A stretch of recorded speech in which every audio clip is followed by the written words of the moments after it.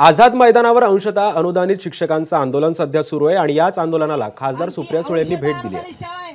खासदार सुप्रिया सुळे देखील आझाद मैदानात दाखल झाल्यात आणि त्या शिक्षकांशी सध्या संवाद साधतायत। 40% देता ताई, तुम्हाला एक विनंती, पुन्हा आपल्या कार्यकाळामध्ये एक सरकार होतं महाविकास आघाडीचं आणि महाविकास आघाडीच्या सरकारमध्ये एक वर्षाताई गायकवाड यांनी एक फाईल तयार केली होती जी या लोकांना खराखुरा न्याय देण्यासंदर्भातली होती की कुठेही या शाळेतल्या शिक्षकांना आझाद मैदानावर येऊ नये म्हणून महाविकास आघाडी सरकारमध्ये प्रतिवर्षी 20% टप्पावाढ करण्यासंदर्भातली नसती तरी होती। त्यावेळी सुद्धा दादासाहेबांनी त्याच्यावर सही केली नाही। त्या जर वेळेस सही केली असती ती बांधव आज आझाद मैदान नसती, गोरगरिबाची लेकरं शिकायला ग्रामीण भागात असती। म्हणून या सगळ्या आंदोलनावर आता आपले प्रतिनिधी सध्या निलेश बुधावले सध्या आपल्या सोबत आहे। निलेश, खासदार सुप्रिया सुळे सध्या आझाद मैदानात आलेले आहेत। टप्पा अनुदानासंदर्भातला हा शिक्षकांचा विषय। हजारो शिक्षक आझाद मैदानात दाखल झालेले आहेत। शिक्षकांच्या वतीनं जोरदार घोषणाबाजी या ठिकाणी देण्यात असल्याचं पाहायला मिळतंय।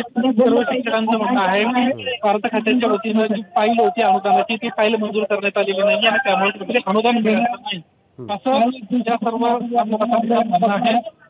कुठेतरी सरकार आल्यानंतर त्या लवकर अनुदान दिलं जाईल अशा पद्धतीची भूमिका या ठिकाणी सर्व आंदोलकांची असल्याची पाहायला मिळते। सुप्रिया सुळे आता भाषण करताना आपल्याला पाहायला मिळतं।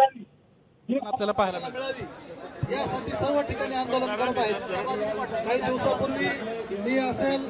धन्यवाद निलेश, तुम्ही दिलेल्या अधिक माहितीबद्दल। त्यामुळे आझाद मैदानात शिक्षकांच्या समन्वय समितीचं हे आंदोलन सुरू आहे। शिक्षण मिळालं पाहिजे हे स्वर्गीय यशवंतराव चव्हाण साहेबांनी सांगितलेलं मार्ग आदरणीय पवार साहेबांनी व त्यांच्या विचाराच्या सगळ्याच लोकांनी या ठिकाणी पत्करलेला आहे आणि आम्ही सर्व शिक्षकांशी सुद्धा खासदार सुप्रिया सुळेंकडून सध्या चर्चा सुरू आहे। शिक्षकांशी त्या संवाद साधतायत।